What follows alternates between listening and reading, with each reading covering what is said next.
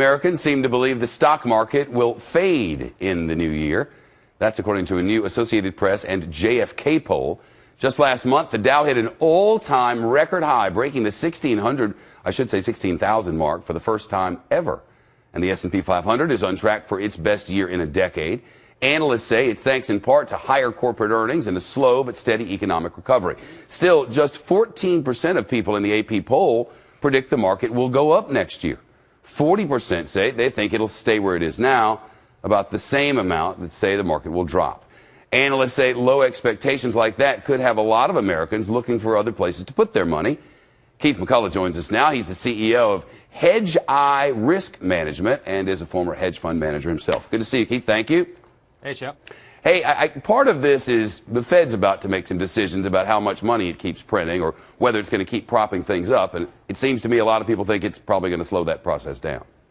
Yeah, I think, it's kind of like popular belief that the people have this wrong and that Wall Street has this right. But I'd side with the people on this. We're kind of running out of gas with what the Fed can do. And the market is really, really toppy. So an expectation for the market to go down, number one, nobody on Wall Street believes that. So number two, it's most likely to happen. And again, all we'd really need for that to happen is some kind of growth slowing or the market to actually go down. Don't forget, Shep, the market actually hasn't gone down, which is what typically scares people. Yeah, Keith, we're seeing great numbers from factories. We're seeing an expanding economy. All of the markers that you look at are real good, but that leaves the Fed out of things.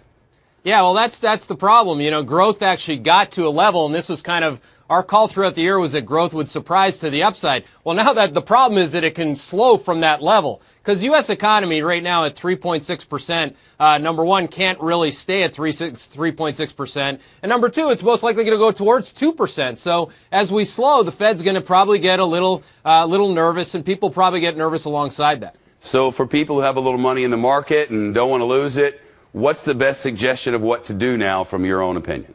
Well, I think you definitely in the next month, because again, tops are processes, they're not points. So in the next month, the likelihood of the market going up is probably pretty high. So if you're long the market, you should start selling some of that. And there's some stuff like that hasn't worked this year, like gold, that you could probably repopulate or reinvest in. Gold, historically, though, is still mighty high, Keith. Yeah. It's like, it was up for, the only other thing that's gone up for 12 consecutive years, Shep, is my weight other than gold until this year. And, it was down 27% this year, so I do think it's interesting. Bonds, municipal funds, what do you do?